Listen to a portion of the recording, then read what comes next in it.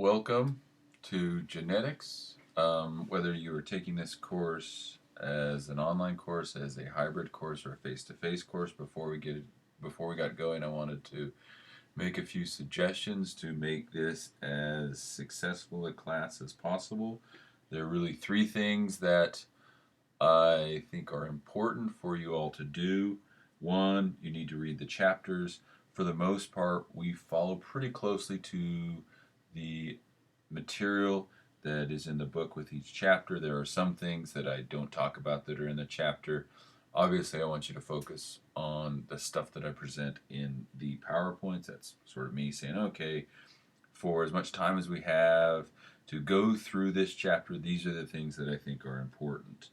Um, if you read the chapters, especially if you read the chapters before the lecture, if you're in the face-to-face course, or before you listen to the PowerPoints, if you're in the hybrid or online courses, it will be a big advantage.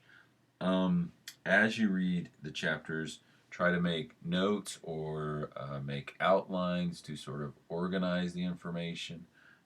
This is always good in any course that you're taking here in college. The second thing that I want you to do is I want you to obviously go through the PowerPoints, or if you're in the lecture, to actually listen to the lecture, engage in the lecture. That is important. So use the PowerPoints, read the chapters in the book, and lastly, it's very important that you go through, and at the end of each chapter, you will have basic exercises. You'll have a section called Testing Your Knowledge, and you'll have a section called Questions and Problems. I will, especially for chapters 3 through 7, I have a handout that lists the problems that I think are especially important. Those are the chapters also that are probably the most sort of problem intensive chapters. So it's really, really important that you actually do those problems and understand those problems. And if you're in the face-to-face class, that you do the problems um, that we do in class. That's really, really important. There's really no other substitute in doing problems than just basically cranking through them. Okay, so let's get going. This is chapter 1. We're going to be talking about the science of genetics. This is kind of going to be just a kind of a brief overview of a lot of the stuff that we are going to be talking about throughout the rest of the semester. Okay, so let's get going. So most of us kind of have a vague understanding of what genetics is, or what we do when we study genetics. Basically, we're studying how characteristics of organisms are passed from one generation to the next, or from parent to offspring. Um, Usually when we think of genetics, we just sort of by default think about genetics with regards to humans. But if we think about how characteristics are being passed from one generation to the next in other animals, and we think about how far back that actually goes, we've probably been thinking about quote unquote genetics problems for at least the last maybe 10 to 15,000 years as a human culture, as we've tried to figure out how to produce the best crops or produce the best agricultural animals and things like that. You know, which cows do we mate with each other to get the cow that produces the most milk, etc. Okay, so what are some obvious characteristics of parent offspring comparisons? I want you to think about that. When we look at parents and offspring, there are some characteristics that they share. What are some of those? And also, I want you to think about, if we look back at scientific knowledge at the turn of the 20th century, what are some requirements that whatever sort of hereditary, what we'll call hereditary factors are, or what causes parents from one generation or parents and offspring to vaguely resemble each other. What are some of these requirements that these hereditary factors would have to satisfy, even based on what they know at what they knew at the turn of the 20th century? So before we figured out what exactly this hereditary material or hereditary factor was, we knew that it had to do three things. It had to be able to replicate so that copies of that information could be transferred from parent to offspring. It had to provide sort of blueprints or encode for information so that it could tell the cells to do whatever they were supposed to do. And it also had to have the ability to change. It couldn't be a static blueprint. These were the three things that we knew that this hereditary material had to. These are the three things that it had to satisfy. So the chapter will be structured as following. We're going to first talk about some milestones in genetics, some historical events. We're going to talk in general, just some basic information about DNA as the genetic material.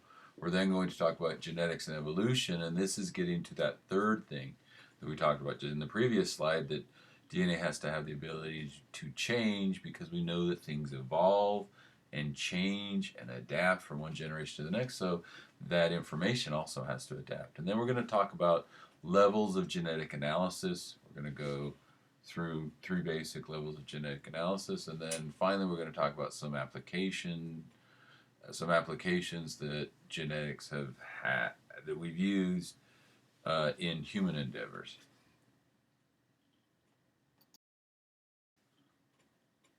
Oh, I almost forgot to mention at the beginning. So some of the PowerPoints that you'll be going through have been recorded in a previous semester when I was in front of the class, and some of them that I wasn't able to record in front of the class, I just have to go through kind of slide by slide and just record audio that pertains to each particular slide. And that's what we're doing for this first chapter, and then also again in I think chapter 2 is also like that. Chapter 5 will also be like that. But some of the other chapters will have actual, some student participation when I was giving this lecture in front of a classroom. And so that I just wanted to say that ahead of time so that you kind of understood how these videos are being made. Okay, so back to the PowerPoint. So the milestones that we're going to be talking about, the three, we're going to be talking about who and how the original person discovered the rules of inheritance, how he discovered, this is Gregor Mendel, how he discovered the patterns of inheritance, and how from that we begin to be able to predict ratios and things like that from studies when we're looking at characteristics in one generation to the next generation. We're then going to talk about the discovery of the material, the genetic material, or the genetic factors, what it actually is. In retrospect, we all probably know that it's DNA, but we'll talk about that. And then the last thing, last milestone that we'll talk about is one that's a little bit more recent, and that is the comprehensive analysis of the genetic material, basically breaking the genetic code in humans and other organisms. So again, Mendel is a person associated with that first milestone. Watson and Crick are the people that are associated with the second milestone, and the Human Genome Project is what we call that third milestone. The first milestone that we're going to talk about is basically the beginning of genetics as a science. The father of genetics is Gregor Mendel. Gregor Mendel was a German-speaking Augustine friar. He lived in Moravia. Moravia was part of the Austro-Hungarian Empire at the time. Now it's part of the Czech Republic. In 1866, he published a paper basically describing these basic rules of inheritance. In order to understand these things, maybe we need to identify some terms. Genes, what we're going to call genes, we're going to define them as hereditary factors responsible for traits. And then alleles are just alternate forms of genes, different sort of version of genes. Mendel developed two principles. The first principle was the principle of segregation. The second principle was the principle of independent assortment. Segregation basically just means that alleles of the same gene are going to separate. They're going to come together and separate during gamete formation, or they're going to separate during gamete formation, and then they're going to come together during fertilization. And then when that fertilized egg grows up to be, an adult whatever, um, those gametes or those alleles are going to separate into separate gametes, um, and go through that cycle. So it's basically talking about the interaction of alleles within the same gene, right? Within an individual at a particular gene. Independent assortment is talking about alleles at different genes and how they are inherited independently. We'll talk a lot more about this in chapter 3, and we'll go into more detail about Gregor then. So just hold off until then if you have any questions. Okay. So what is a gene? Genes are made up of nucleic acids. Those are one of the 4 biological molecules that you learned about in probably in Zoology 1110. Nucleic acids are made of building blocks of monomers that we call nucleotides. Nucleic acids are a polymer. The nucleotides are made up of 3 basic components. They're made up of a sugar molecule. The sugar molecule can either be ribose or deoxyribose. Just like the name suggests, deoxyribose contains 1 less oxygen than the ribose sugar. As you can see here on the slide here in the middle. Each nucleotide also contains a phosphate molecule and a nitrogen-containing base. There are a few different varieties of these nitrogen-containing bases. We have adenine, guanine, cytosine, thymine, and uracil. And we have 2 basic types of nucleic acids. Well, there's more than that, but right now we'll just talk about RNA and DNA. RNA is ribonucleic acid, DNA is deoxyribonucleic acid. It wasn't until the 1950s that Watson and Crick discovered the structure of DNA. The nucleotides are linked in a sugar phosphate sort of chain through phosphodiester bonds. The DNA molecule is made up of 2 chains of these nucleotides wound around each other in this helical form. The 2 separate chains are held together through hydrogen bonding of the base pairs. Certain base pairs pair with other base pairs. A pairs with T, G pairs with C. First half of the 20th century, scientists were trying to figure out what genes were made of. The second half of the 20th century has been kind of trying to discover the actual code, or how this information is encoded, or not how, but what that information is. The Human Genome Project was the sequencing of this DNA, figuring out the code, and cataloging the genes. When we say genome, what we're talking about is a collection of DNA molecules that is characteristic of an organism. So all of that collection. Genomics is the analysis of that DNA sequence that makes up the genome. So all of your genetic component is your genome.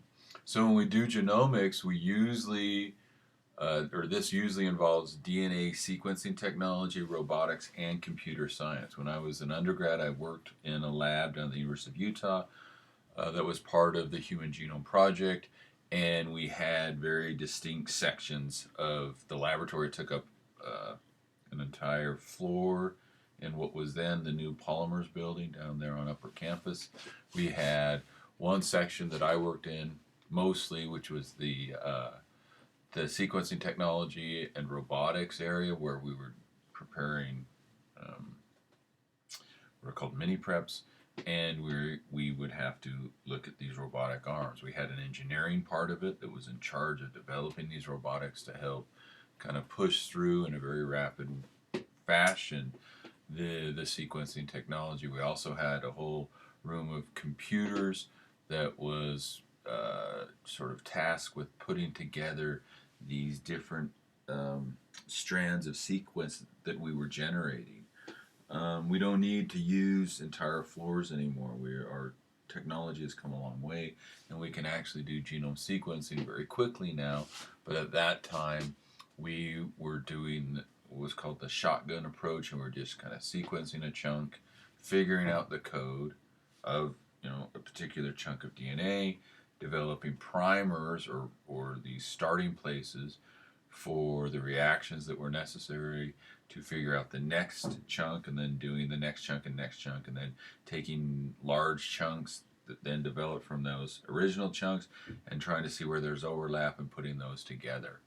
Um, the Genome Project started originally in labs that were funded by taxpayer dollars, by NIH and NFS or NSF funds, National Science Foundation funds, National Institute of Health funds, but it eventually took a turn and got into the private sector.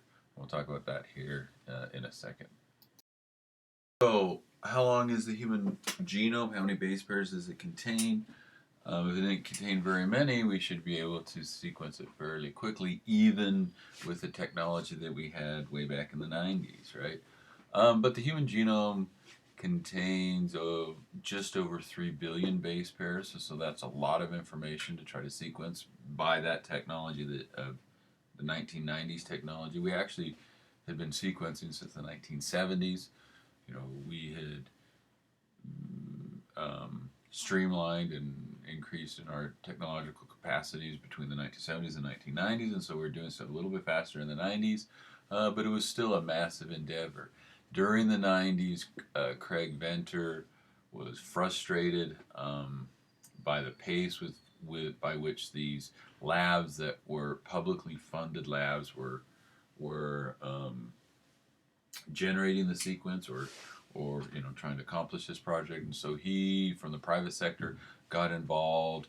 It then became a public-private sector venture, and in 2001 they announced, Craig Venter along with Francis Collins, who was sort of the face of the public research funded projects.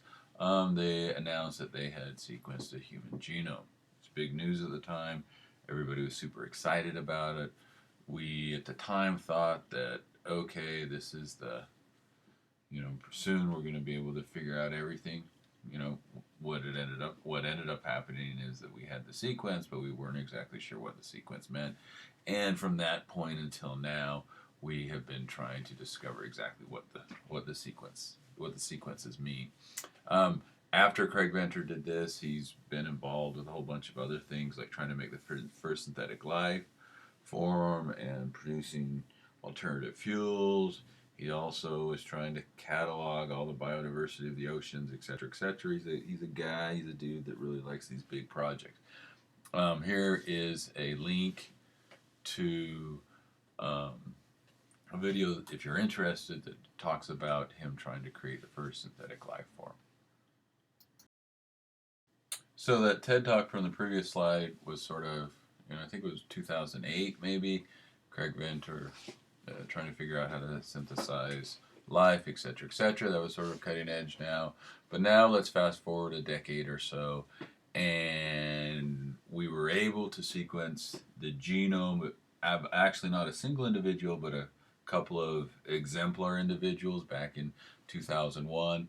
But now we're really at the stage where sequencing the genome can be done in a really, really short period of time and for not that much money. And so now we've gone from the Human Genome Project to the Personal Genome Project. The Personal Genome is sequencing your individual genome, and now sort of the new frontier is, what can we do with that information? What can you yourself do with the information within your own genome? And this is a link to a video that talks about it. The Craig Venter one, you can listen. It was sort of optional to watch. This link, this YouTube link, I want you to I want you to look at that one. So now that our technology allows us to sequence lots and lots of different things, even to the point where we're sequencing our own genomes, we've also, during that time period, needed a place to house all of that genetic data so that researchers could have access to that. There are lots of different um, websites and things like that, places, servers that house this genetic information. Probably the one that some of you have come into contact with if you've been doing research here on campus is the NCBI or Gene Bank. Um, Gene Bank is a nationally sort of publicly funded genetic database. Here, this is a link to to Gene Bank. I want you to click on that and just kind of toy around and see what sort of things that you can find there. If you're in the face-to-face class, I'll do it and I'll show you how you can search for different taxonomy, different organisms. You can search for genes. You can search for a gene in a bunch of different organisms. For instance, if you wanted to look at the relationship between organisms, you could use GeneBank to download, let's say, a mitochondrial gene for a whole bunch of, say, spiny lizards here in Utah, and you could run them through either population analysis, genetic analysis, or phylogenetic analysis. You can do a whole bunch of genetic analysis with it without even ever having to go and out into the field and actually collect the organism. As I mentioned before, we've been sequencing since the 1970s. The first organism that was sequenced by a scientist by the name of Frederick Sanger. It was a bacteriophage. It had a small genome. It was single-stranded. Later on, we'll talk a little bit about the different techniques for sequencing DNA. Bacteriophage are actually viruses that attack bacteria. And so it might surprise some of you that we have been sequencing organisms for so long, but really we've been doing it for the last, 40 years almost. And so we've been doing it for a long, long time. We've just, in most of your lifetimes, what's been happening is we've just been improving the speed with which we can sequence and improving our analysis of that sequence and figuring out exactly what that information means in real terms of genes and diseases and things like that. So what you'll find in these PowerPoints is that they're broken up into sections, and at the end of this different sections we have summaries of kind of the main things that we've been talking about. We call them key points, and so this slide and the next slide are just the key points of that first section. This is the second part of those key points. So the next major part of our PowerPoint, in this part we're going to talk about DNA as genetic material. There's something called the central dogma of genetics. This is that information passes or flows from DNA to RNA to protein.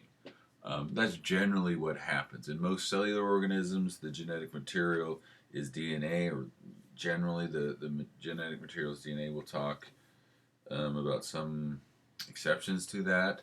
And then again, we mentioned before when we were talking about genetic material or inheritance factors or whatever, that they needed to be able to do whatever it was, whatever that genetic material was, it needed to be able to replicate, it needed to be able to contain information, code for information, and it needed to be able to change. So we're going to talk about each of these three things.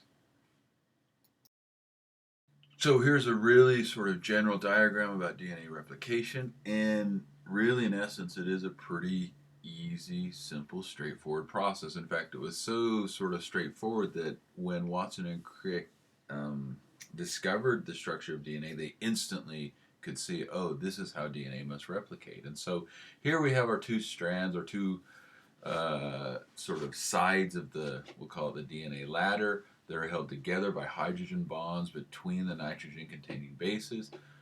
Basically, all that needs to happen is you sort of have to unzip that DNA strand, break those hydrogen bonds, expose the template DNA, throw in a whole bunch of nucleotides, which are, the ingredients for replicating a new piece of DNA, and then add maybe some enzymes to sort of catalyze the reactions, and you go from there on the left all the way to the single parental DNA strand on the left to two identical daughter DNA molecules on the right. We'll talk more about the details of this later, and in the next slide we actually go through just sort of the basic points of this. So here you can just read through each of those steps. So part A shows us, in general terms, how DNA is replicated. DNA needs to replicate when you need to pass down all of the genetic material from either one cell to another cell during a cell cycle, or from one organism to another organism, as is the case in the parental, when two organisms get together, parental generation gets together and produces offspring. So, one, does DNA, now we see how DNA actually can replicate. That takes care of that first sort of criterion. The next one is that it must contain information. So when we talk about taking that information and changing that into something real, like amino acids, right, we call that gene expression. Gene expression, it can be broken up into two main parts. Transcription is going from your DNA template to an RNA molecule, a messenger, an mRNA molecule. And then translation is going from nucleotide to protein, so going from that mRNA molecule into a polypeptide chain. That is sort of using your blueprints and building your house. The DNA and the RNA are sort of your blueprints and a copy of your blueprints. The amino acid chain or the polypeptide chain is actually the construction of those blueprints. That is a process that we call translation that we'll talk about later on in the semester. Here is a diagram that shows the transcription and translation going from your DNA to an mRNA to an amino acid or a polypeptide amino acid chain.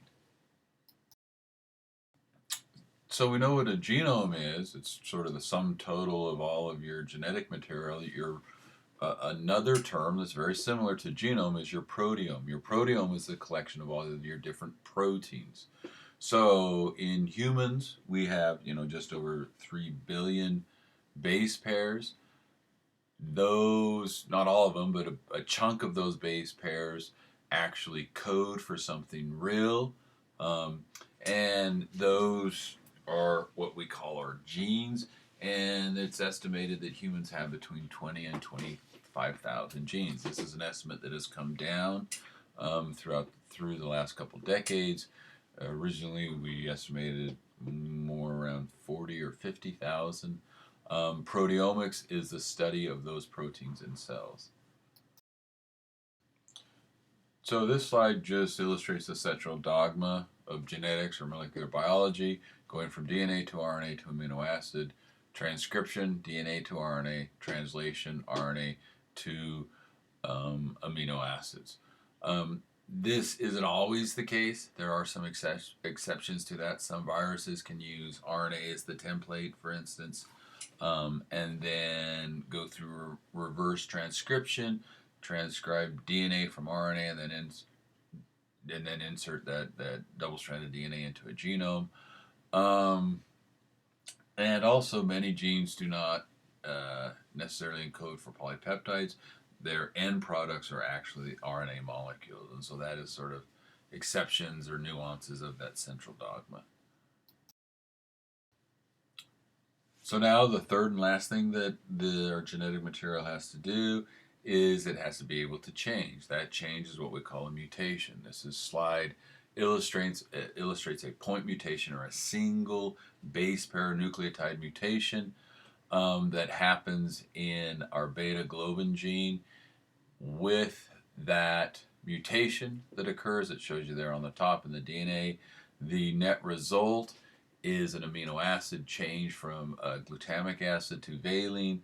The larger result of that, the phenotypic result or phenotypic change, is going from a normal disc-shaped red blood cell to a sickle-shaped red blood cell that you see there on the bottom right.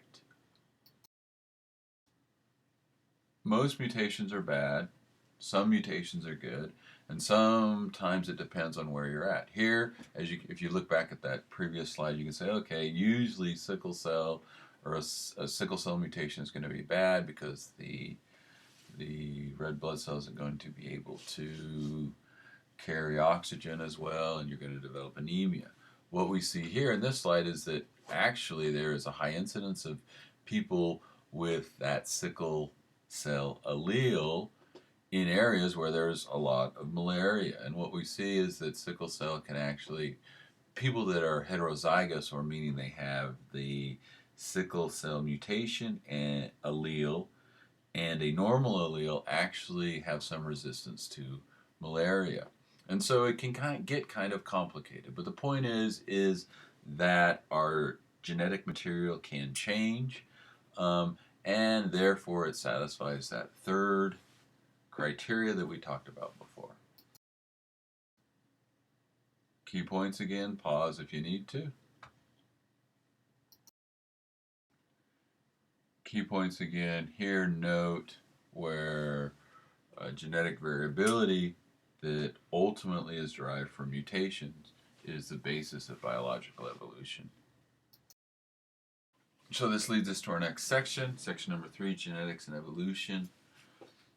Genetics and evolution are pretty intimately tied to each other. The variation in the DNA sequence is what makes it possible for species to change, to adapt, and then to evolve over time. When we look at organisms, we can compare the DNA sequences, and the assumption is that the similarity in DNA results in from the descent from a common ancestor. So many of you probably see phylogenetic trees in your other classes. The phylogenetic tree is basically a connection between the DNA and the evolutionary past, or these historical relationships. Based on similarity of DNA, we can see which organisms are more closely related to other organisms. So here, this is just a phylogenetic tree representing the relationship between mammals there, birds, amphibians. Are there any reptiles up there? No reptiles, and then fish. And so that shows that general basic relationship. In this case, I think the carp and the loach are actually switched in the real evolutionary history. And this illustrates a point that you are constructing similarities of genes, or you're constructing a gene history, and then from that gene history you're saying, okay, this is what we think is the evolutionary history. And if you're just looking at one gene, that may be the true evolutionary history, but it may not. And there's certain things that come into play that could give you a little bit of misinformation. And so it's important when creating phylogenetic trees to use a whole bunch of different genes. And now actually people are using entire genomes to create these phylogenetic trees.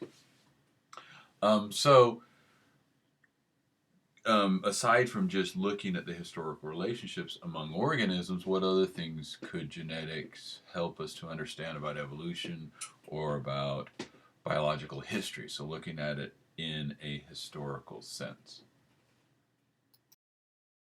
So one thing that we can do is we can look at the number of times that the simian immunodeficiency virus has jumped to humans and become HIV. And so how we do that is we get the sequence, the DNA sequence from HIV samples that we extract from humans, and then we get SIV sequence from different simian hosts here, like the Sudi mangabe, the African green monkey, etc., etc. And if we estimate a phylogenetic tree, an estimate of relationship between the HIV and the SIV. If all of the HIV were clumped in a single locality within that phylogenetic tree, we would assume that HIV or SIV jumped once to a human host and then diversified from there. But what we find, as is shown here in this figure, is that HIV is spread across the phylogenetic tree. And so everywhere that you see the gray arrows on the figure there, that indicates that SIV has jumped hosts and jumped into a human host and become HIV. And so there's multiple times that the SIV virus has jumped from its simian host to its human host. And so then this can then inform us on how we may want to go about developing ways of fighting HIV. So here's a summary of that short section. Okay, part 4, levels of genetic analysis. Geneticists can sort of approach, we can do genetics on a whole bunch of different levels. One level is when we look at the gene, or more specifically, or I guess not more specific, less specifically, we look at the physical manifestation of that gene or the trait. That's one level. We can also look at the molecular level and do a whole bunch of things with our analysis of genetics at the molecular level and our manipulation of the genetics at the molecular level, or we can do it at the level of organisms or populations of organisms. Okay, so let's look at the first perspective. The first perspective is something we call classical or transmission genetics. This is when we're looking at the trait. So, for instance, we can go into a population and we can look at how many flies have a certain type of wings or a certain color of eyes. And then we can count that. We can look at ratios, we can look at proportions of certain traits within that population.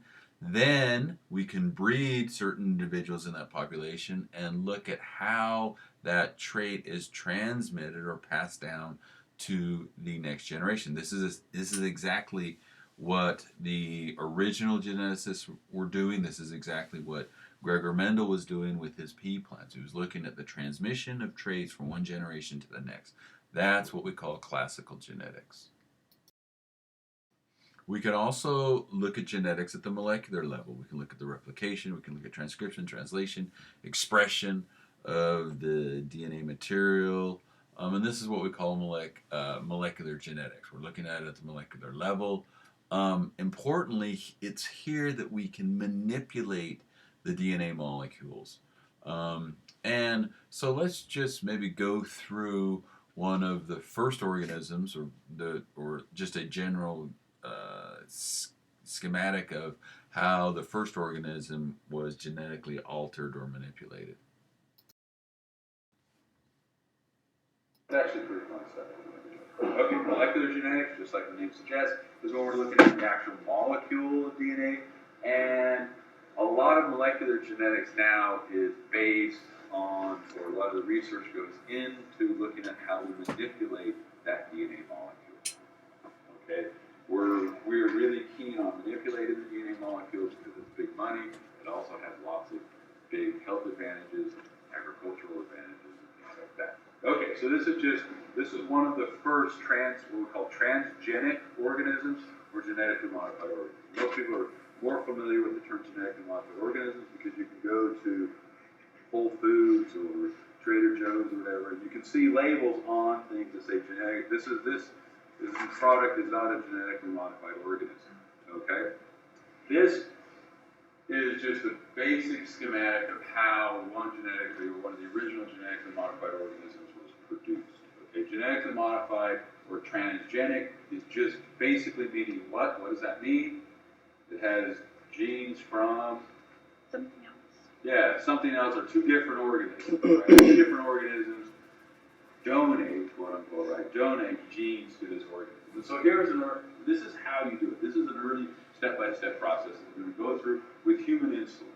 So human insulin, who is human insulin for? Well, human insulin is important for all of us, but artificially producing human insulin would be particularly of interest to what kind of people that suffer from what? Diabetes, right? How did we used to get insulin? Horses, pigs. We used to extract it. We used to have, pile full of horses and pigs, and extract a little vial full of insulin from it. What was the problem with doing it that way? One, it was labor intensive, right? If it was labor intensive, what does that also mean? Time, pricing, right? And what's the third problem with that? It's not really good, right? You're making horse insulin and pig insulin. So there's a lot of side effects and things like that. And so this was one of the early genetically modified organisms, because we thought, it would be really great if we could streamline this, if we could produce it artificially, and we could produce a better product. Let's produce human insulin. And so this is how they did it. First, they isolated the gene, the human insulin gene. They then made copies of those genes, right? So there's a whole bunch of different ways we can make copies of those. Now we just do PCR. We PCR copies. There's a whole bunch of them, right?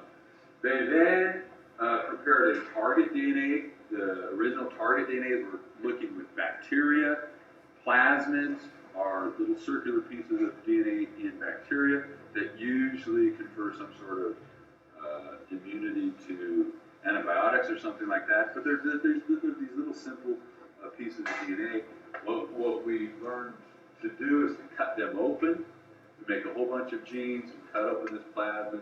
We go through these techniques of exposing these cut open plasmids to the genes and getting them to ligate or to join with each other, right? We then have these plasmids that have a piece of human DNA in them.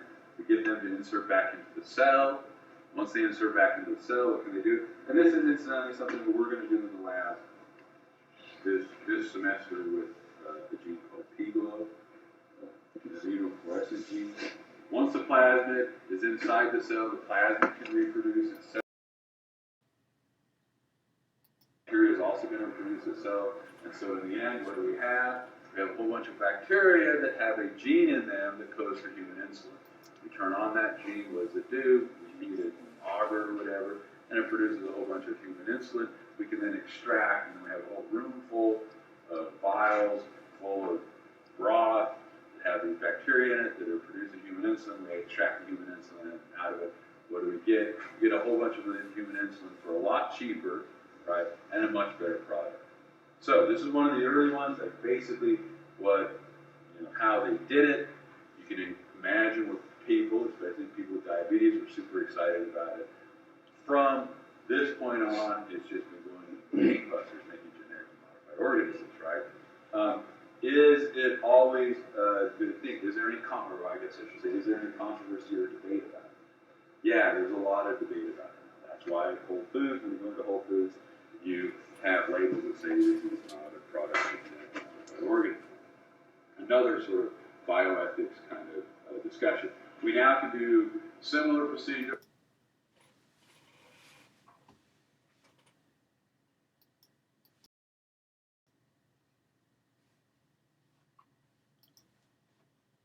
With lots of different organisms. This is just a mouse cell and a rat cell, mixing those two. Really, though, the main funding, the main catalyst for all of these genetically modified organisms haven't been university labs that are supported by tax dollars. It's really something that has been driven by commercial businesses. Which commercial businesses do you think are especially this, as well as cloning? Who is really interested in doing these sort of things? Agriculturists and pharmaceuticals. Right? So here, this is a graph. It's not always just for herbicides, right? The tomatoes, they were genetically modified by containing or combining genes. Does it say where it's from? Tomatoes, basically, there's different tomatoes. It was called flavor saver. It was basically so they could stay nice and ripe and not get all yucky looking for created these, what ended up happening is the first ones contained genes that made them resistant to antibiotics. So there was concern that these genes would become widespread in the population. So flavor saver, I think, was shelved. Okay, so there's a whole bunch of different ones.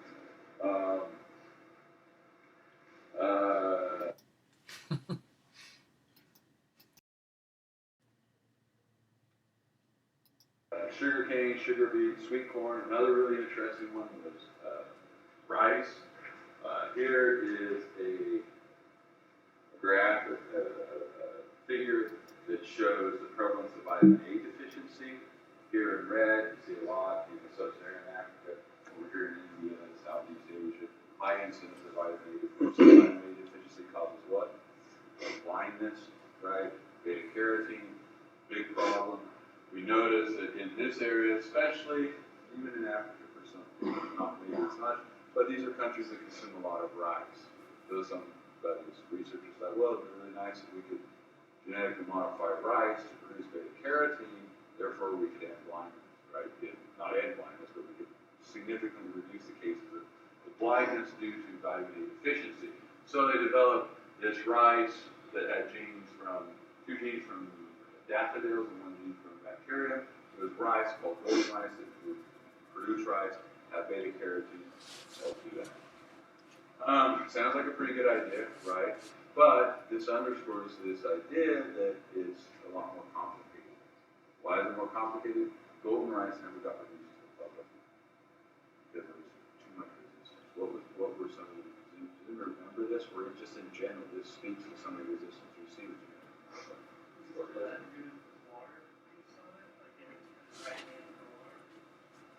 no, on this one I don't remember reading. It was more public perception of genetically modified organisms. So people were like, oh, I'm not sure, the fear of genetically, sort of sci-fi. That was one. That was maybe in and of itself wasn't big enough to stop it. What other issues think about Monsanto? What other issues have they had with genetically modified organisms? They control, right? They develop these genes. So what we've seen is a number of cases where you have a genetically modified food crop, you have an area where farmers have been growing whatever crop, let's just say rice, perfectly fine for thousands of years. There's a lot of variation because of the local varieties of that. Monsanto comes up with the golden rice. What are you all of a sudden doing? Wiping out those local variations. It's just a monoculture. What happens with monoculture? Let's say, your beta carotene is high, but let's say some disease developed that attacks that wipes out all of it. So they feared that. That was one of their fears. Another one of their fears was business practices of these big companies. What they do, they go into a valley, they get a few farmers, right, to have their genetically modified, let's say rice. In this case, they grow it or corn or whatever. All of a sudden, a couple of years later, they come back and they have a team of attorneys and whatever, and they sample other people in the valley that didn't use their corn. All of a sudden, they say, hey, they're using our corn. Why? Because when we pollinated it into another field, this poor farmer fight a legal battle against Monsanto? No. So what do? Sort of in the standard oil model, go in there and wipe out all the competition. So there are some really legitimate concerns. Lots of them are business concerns, but there are a lot of legitimate concerns about genetically modified organisms. But in this case, it was, to me, it seemed like it would have been nice to find some sort of compromise to where you could, alleviate some of this vitamin A deficiency blindness.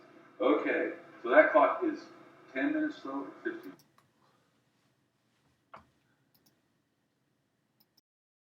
Genetically modified organisms. This is one that I've been following for a long time since I first started teaching genetics way back when, 2006. These are goats that produce milk that have spider silk in them. So you might think, well, that doesn't make it much very tasty, right? But why would we want to produce high amounts of spider silk? Yeah, spider silk has the tensile strength 10 times that of iron or something.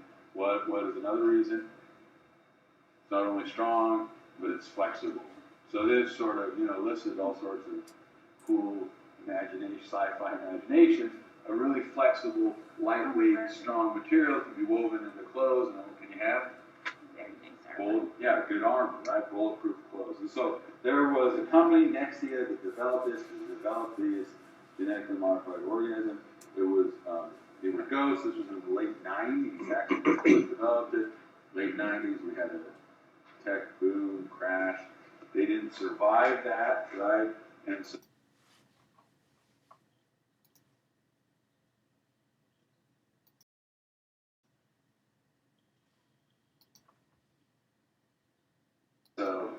I had been following it, for a while. I don't know when this was from, but anytime I know you all aren't business majors, but anytime you close at 1/1000th of a penny and the day high was zero, that's not good for your business, right? So basically, they went under, and for a long time, I didn't really hear much about it, right? I thought, oh, that's too bad. That could be a really cool thing. Eventually, though, this popped up. I saw Nexia, was the cell.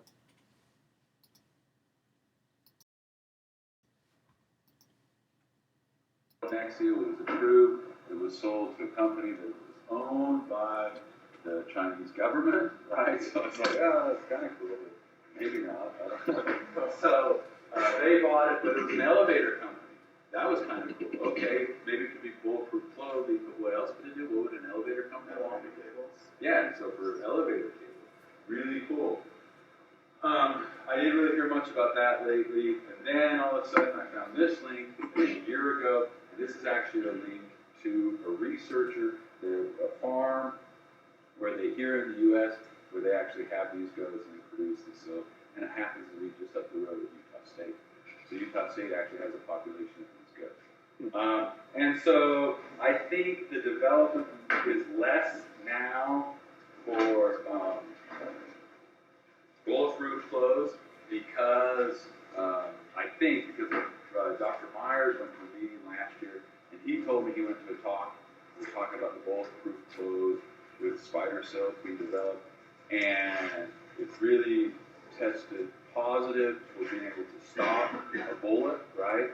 But the downside of it is the flexibility.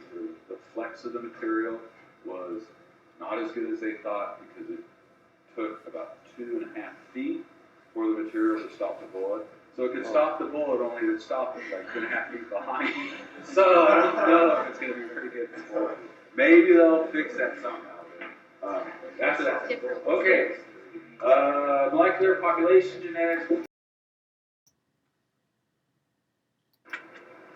So let's resume this. Okay, so now the third level of genetic analysis is what we call population genetics. Population genetics, like the name suggests, has to do with populations. We're looking at entire populations rather than individuals. When we do that, we score something that we call an allele frequency. Who can remind me what an allele is? What's the definition for an allele? Yeah, so variations of the same gene, or different forms of the same gene, right? And so we're going to look for frequencies of particular alleles or particular variations in a population. On the surface, you might say, well, okay, it's nice to know that 35% of a population has a gene for the shorter gene in a garden pea plant or something, the dwarf gene in a garden pea plant, right? That might be interesting, but what can we do with that? Because again, that's sort of descriptive, right? Once we have that, though, there are certain things that we're able to determine or to infer based on the allele frequencies or the change in the allele frequencies or comparing the allele frequencies. And ultimately, sometimes we can even use the allele frequencies with population genetics to begin to reconstruct the past of a population, so to reconstruct the near past and then also the distant sort of evolutionary past. And so population genetics, here I've just taken an article.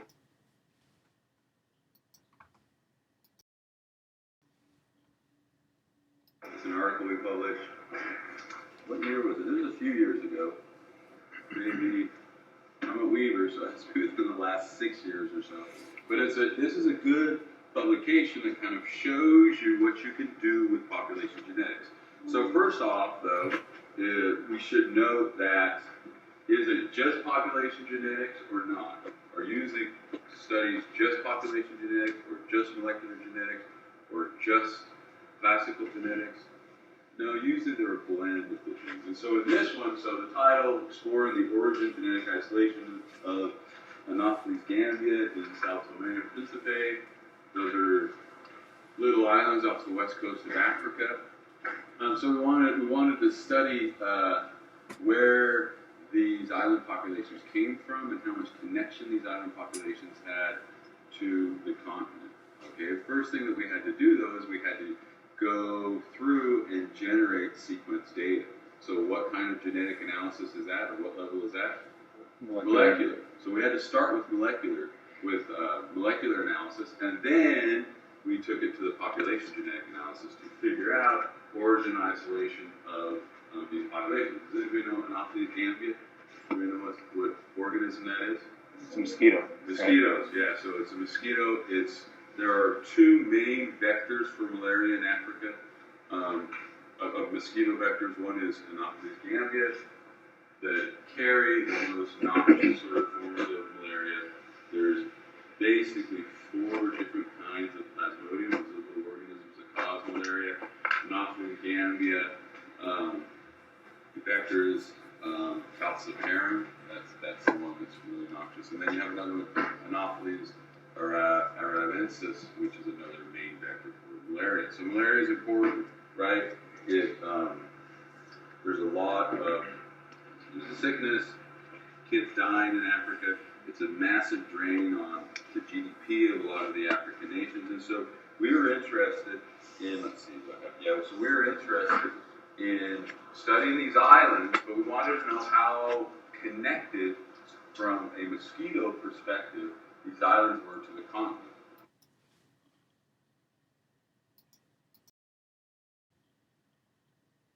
One of the reasons we wanted to know that is that a number of different labs have been generating, again, here's molecular genetics, genetically modified mosquitoes.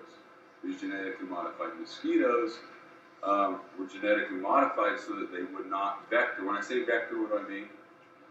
Pass the disease. Passing it along, carrying it along, right? That does not vector malaria. And so here, this is one study from 2010.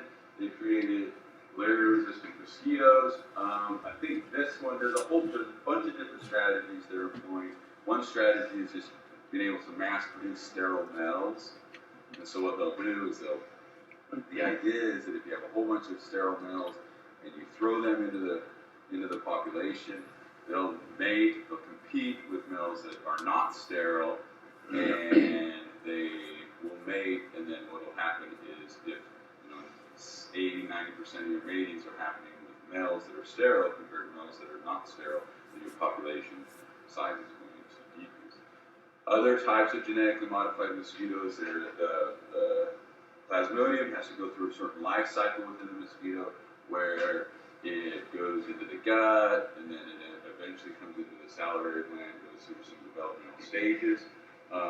One genetically modified mosquito that they've worked on, I think they have pretty good, they've developed one now that's pretty good, is that they can block the interior of the gut so that the falciparum can't get from the gut of the mosquito to the salivary gland, right? So that when it's in the salivary gland, it goes and bites somebody, right? What does it do? It passes on that falciparum. It takes the blood up. What does it do? If the person's infected with malaria, with the plasmodium, it takes it into the gut, right? And so basically, there's a whole bunch of strategies for genetically modifying mosquitoes, right? Why then would we want to know about the mosquitoes on this particular island? Like, just in a general scientific sense.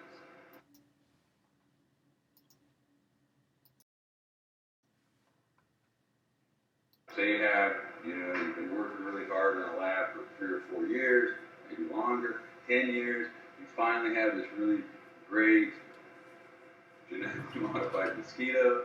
You grew up a whole bunch of populations. What do you want to do? You want to just start putting them in, sending them away, FedExing them to every place on the globe that has malaria? What do you think? That'd be a good idea? Not so much. Probably not, right? You probably want to have some isolated areas where you release the mosquitoes first. I mean, there's the old film was The Island of Dr. Moreau or something like that. Did everybody see that? Like genetically modified organisms go crazy. Okay, that's a movie, but there's some truth to that. You want not only to be safe, right? You want to have an island. It's on an island. You want it to be controlled, but even more from a scientific perspective, you want to control the variables, right? That's good methodology in science. You don't want to just throw it onto a continental population because then you don't know what's coming in, what's coming out. It's this big area that you can't really control. If you were able to do it if you're able to do the experiment on a more controlled sort of natural environment, a natural laboratory, right? You'd be able to figure it out a lot more. And so that's why we were going through, and that's why we were trying to figure out just how isolated. You can kind of see it down here, Principe, Sao Tome, just how isolated those two populations were for the rest of Africa. So here you have a whole bunch of dots, a different colored dots, don't worry about that. These are all mosquitoes sampled from all over sort of sub-Saharan Africa, East Africa, even out into Madagascar. Here are the two islands. Obviously we sample populations from the island. Here, we're up here, ND5, this is a gene, a mitochondrial gene. So what does that mean? Where is it found? Mitochondria, right? It's inherited in a very different way than our nuclear genes are. ITS, this is a really fast evolving nuclear gene. And so what we wanted to do is we said, okay, Sao Tome and Principe are both volcanic islands, right?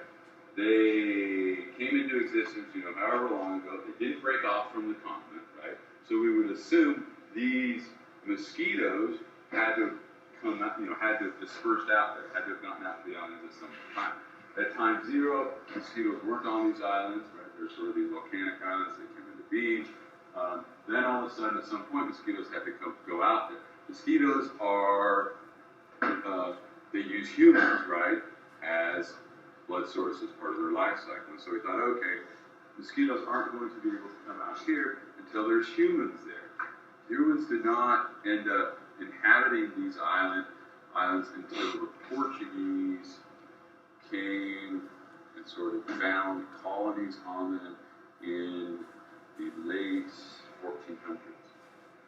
So we think, okay, no mosquitoes there until the 1400s. All of a sudden, the Portuguese come and they established some colonies. They established some colonies there to begin to, I think they founded in the late 1400s, but it was in the kind of hazing out, early 1500s, mid 1500s, when they begin to grow sugar cane. They want to grow sugar cane there. So there's still not very many people, right? So we don't know, are the mosquitoes come out there originally. And the first population of people that they had to work on their sugarcane farm were criminals from Europe. And so they shipped in people from Portugal, criminal workforce, came in here and they couldn't handle it. They were dying off, they would last a month or two and die. And so then they switched to a more local population, which was here. This is the do you know their African geography very well? This is the slave coast, because a lot of the El Nina is a big slave export here. I think it was in Ghana. But anyway, this is where a lot of the slave trade originated. You had Muslim slave traders that would come down here, set up these things. Europeans would come in here. Who was the biggest transporter of slaves? Which country? Portugal. Okay, so they would come in here. So they all said, okay, we're going to use a slave labor force. So they brought slave labor force out here, and they produced plantations of sugarcane plantations. Okay, so they said, okay, now there's a big human population out here. This could sustain populations of mosquitoes. They had those populations, or they had those plantations for a long time. Pretty soon, though, the plantations in the Caribbean, the sugarcane plantations in the Caribbean began to outcompete. So then they died off. So you had a period of a lot of people here, living here, right? Big population here. You had a lot of ships coming back and forth, back and forth. What do we know about the slave trade? We know that a lot of times the life expectancy of the slave, they weren't treated very well, right? Their life expectancy was short, and so they would continue to replace slaves from the sort of slave coast here. Okay? We also know that the ships, you've seen probably depictions in movies of ships, of slave trading ships, they're not very hygienic. There's water and everything all splashed all around. So there would be good places for mosquito larvae to hitch a ride out to these islands. Okay, so the sugarcane plantation.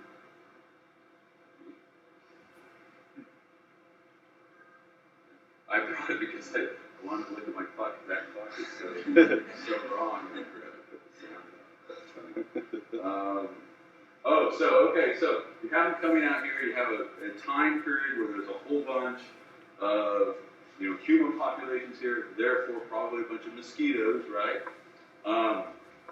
Then you have a time where they sort of abandon the sugarcane plantations.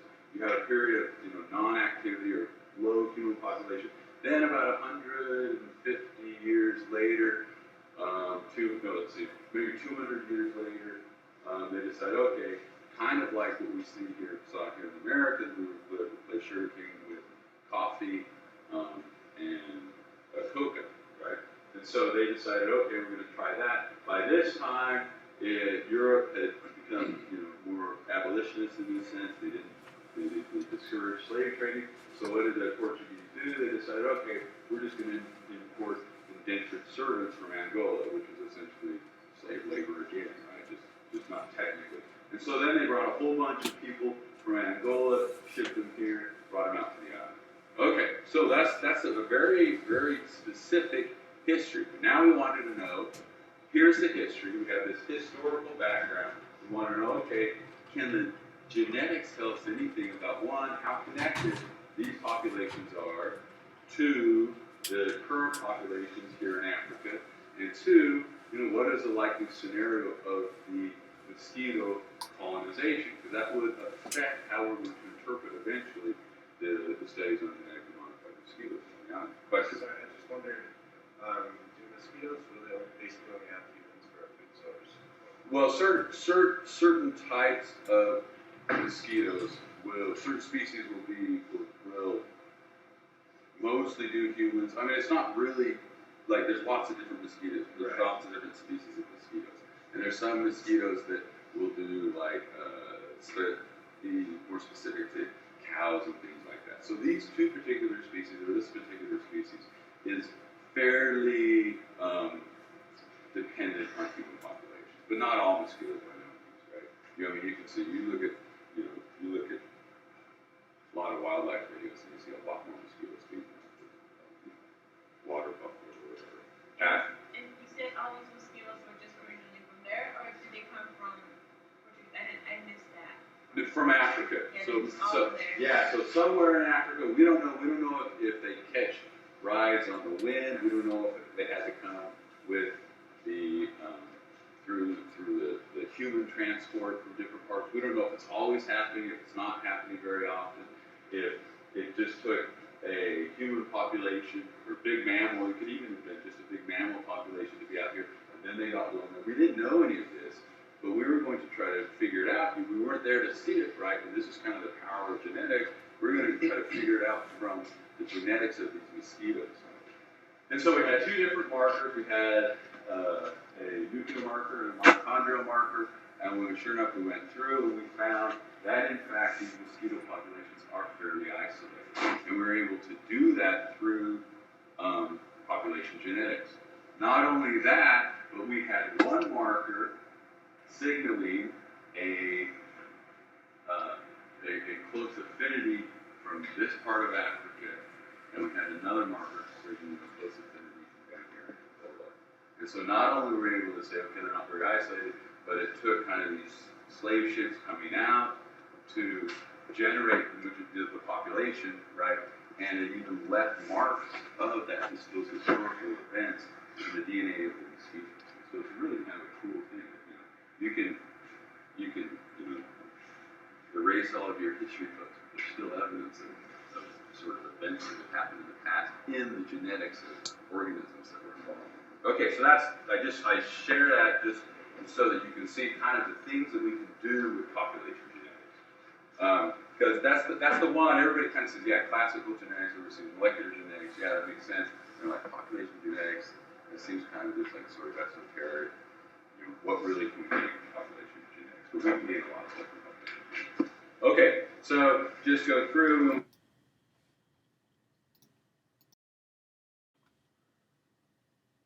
Don't take too much time going through these key points. Just summarizing the last part. Okay, so the next thing that we're going to talk about is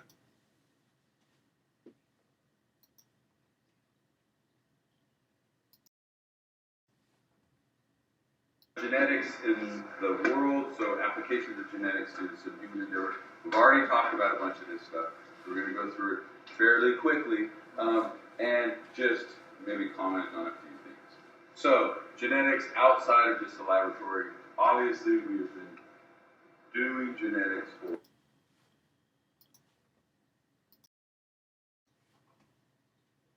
a long, long time, thousands of years, through selective breeding. We've just been doing it informally, right? Through selective breeding of different organisms. Here's a whole bunch of fish and cows. Down here, this is a pretty good one. On the bottom, we have corn. We have lots of different varieties of corn. We're going to see a bunch of different varieties of corn later on in the lab. Then here, this is the ancestor of corn. This is Ch01 from South America. Small, 6, 7 centimeters.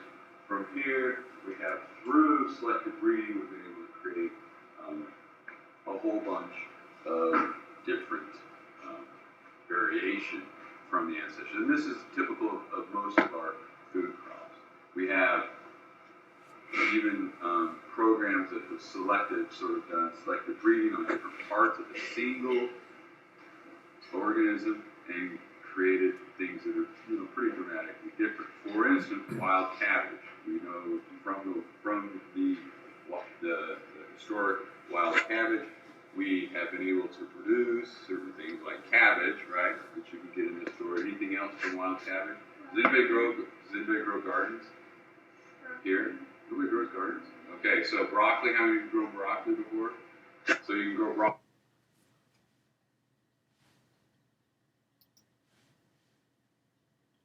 That's just selecting for the deposition of carbohydrates in the flora, right, in the flower. What else? Cauliflower, Brussels sprouts, kohlrabi. There's all sorts of different things, and it all comes from that same ancestral species. And so we've been pretty successful at selectively breeding, even outside of the laboratory, and we continue to do this. And it continues to provide food and things for a growing human population. Okay.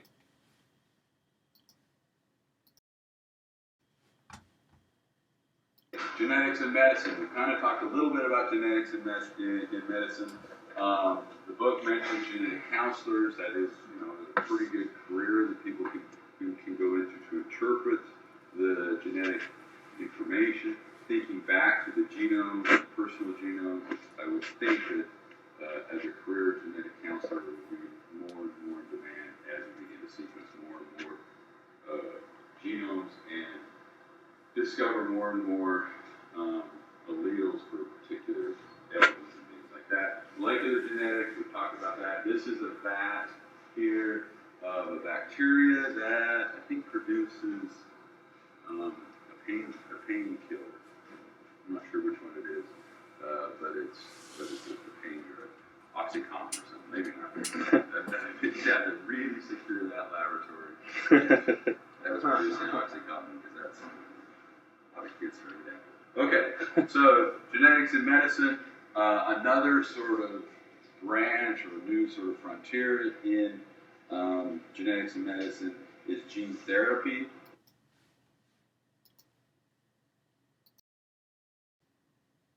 We've had varying degrees of success with gene therapy. There's been within the last maybe, gene therapy was first sort of described back in the 1970s. For a while, we didn't have too much success with it. About 5 or 6 years ago, we began to have a lot more success with gene therapy in helping certain elements like sickle cell anemia, things like that. In China, I believe there's a gene therapy drug on the market, or gene therapy protocol on the market for a certain kind of cancer. I don't know how successful that is. Here, it still takes a long time with the FDA and things like that to get the gene therapy approved in the U.S. So there will be more and more gene therapy on the horizon. Basically, what gene therapy is here's just one sort of kind of gene therapy. Here's a vector. This is an adenovirus, right? So the adenovirus causes sometimes respiratory problems in kids on sort of the mild side of the scale, all the way up to some pretty severe stuff. But basically, it's like a retrovirus, but it doesn't have a retro part, right? So what does a retrovirus do when it attacks your cell? Come on, 3 minutes. RNA to DNA, and DNA gets into the host. Yeah, essentially it's trying to stick its code into the host's genome, right?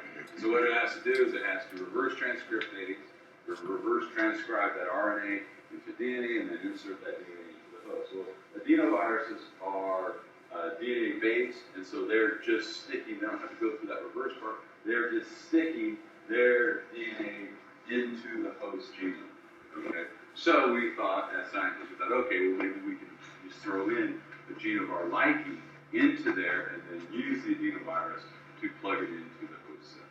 And so, for instance, in certain cells, certain things, if you could attack it, or if you could co-opt these viruses to insert those genes, you could say, for instance, in what cells would you want to insert, say, insulin production? Pancreatic. Yeah, your pancreatic cells. And so it's that sort of thought. And so it's a really kind of a powerful, exciting sort of thought. It's just been a little bit more difficult to actually go through and get it to do exactly what we want to do. But there is a lot of recent success that seems indicating this will be on the horizon.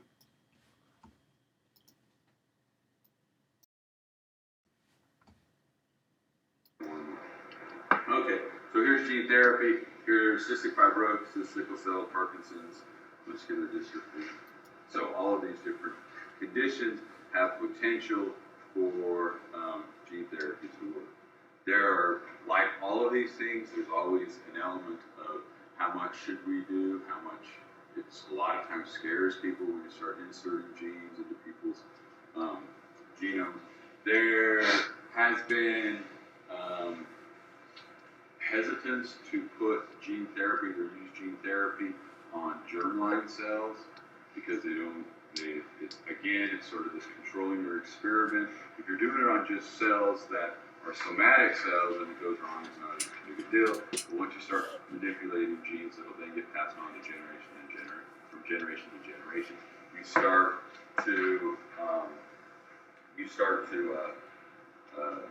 run into more complications.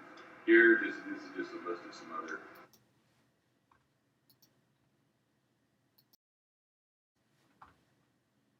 gene therapy publications. If you're interested, you can track them down and check them out. We do have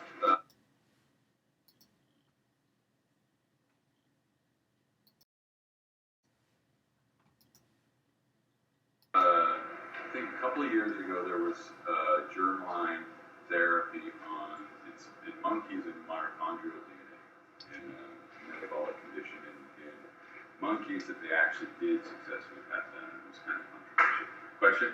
I just wondered if they've had limited success with gene therapy, if there also been problems that have caused from the gene therapy that has been attempted anywhere. So, like side effects, I'm sure there have been.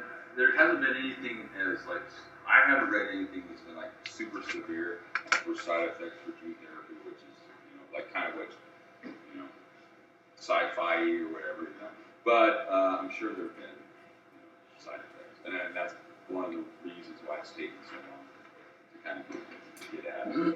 Okay. So genetics and society, we've already kind of talked about this. Economic impact, we have biotech industry, pharmaceutical industry, big money in big economic impact in biotech and pharmaceuticals. That's why a lot of the medicinal companies, the pharmaceutical companies, the agricultural companies, right? They're the ones that are powering and paying for a lot of this research, right? Because there is an impact on the economy. Pharmaceutical, we all know, they have friends that sell pharmaceuticals. I had a bunch of friends that were biology majors that sold pharmaceuticals. Now they start selling pharmaceuticals. They make probably 4 times more than I do now. So it's a big industry, much bigger industry than teaching college. Legal impacts, paternity tests, forensics.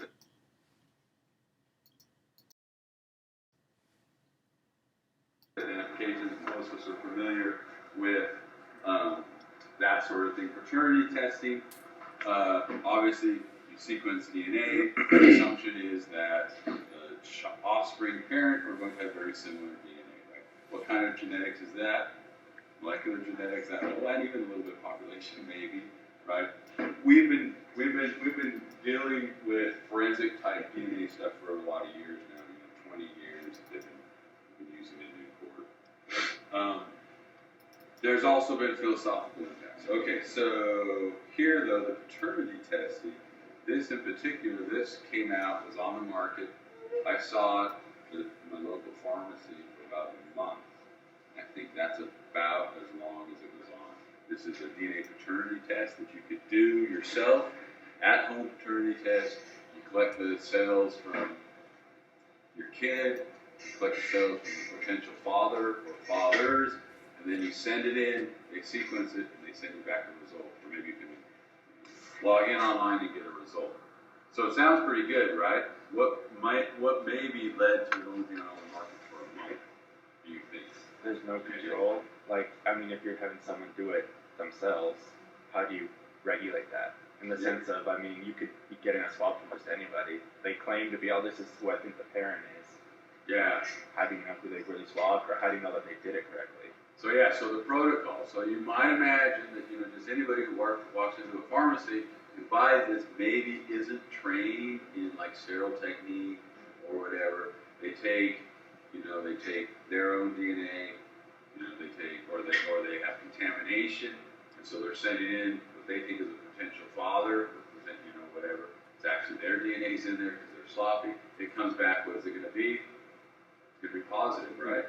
So it's the mother's DNA and the child's DNA obviously are going to match up, unless maybe they do, maybe they I don't know, maybe they focus on Y chromosome, whatever. But there's going to be a lot of potential for misidentifications, right? What else? Well, there's an additional lab fee. How many people are going to look at that and that be the first thing they see? They're going to see the paternity test, not, oh, I have to pay an extra lab fee. $100. Yeah, that's true. And I don't know how much the lab fee was. That could be an issue too. You see that? Oh, she said it's on the package, 120. How much was the kit? Oh, 120 right there. Oh, 120. That was probably like $10, right? So somebody buys it, then they have to send it to the lab. But the good thing is you get it back in 3 to 5 days. That's a pretty good turnaround, right? But there are also reliability issues, right? There's emotional setting. You get a false positive or something. Somebody ends up running over somebody else with a car or something like that, right? The company may have liability issues, and so they gained it. But this just illustrates how much DNA. And now taking this class, you're going to have, when you see these sort of things, you're going to understand, okay, what maybe are some of the complications?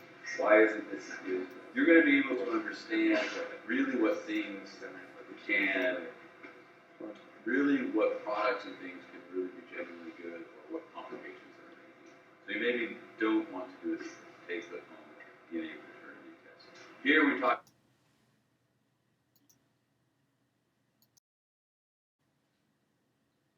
talked about this before, the bioethics of patenting genes. This is the case of with Myriad Genetics and the breast cancer screening. We'll talk about that more. We talked about that earlier. That is going on. ACLU, then, what year is this? A year ago, 2 years ago? 2012. ACLU then challenging the patents on the breast cancer gene. And so that's been in the news, and I believe in the end, the challenge has failed.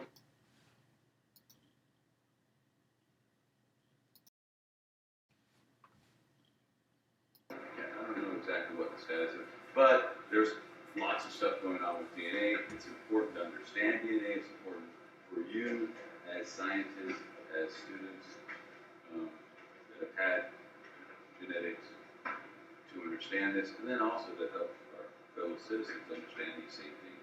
Okay, so those are the key points.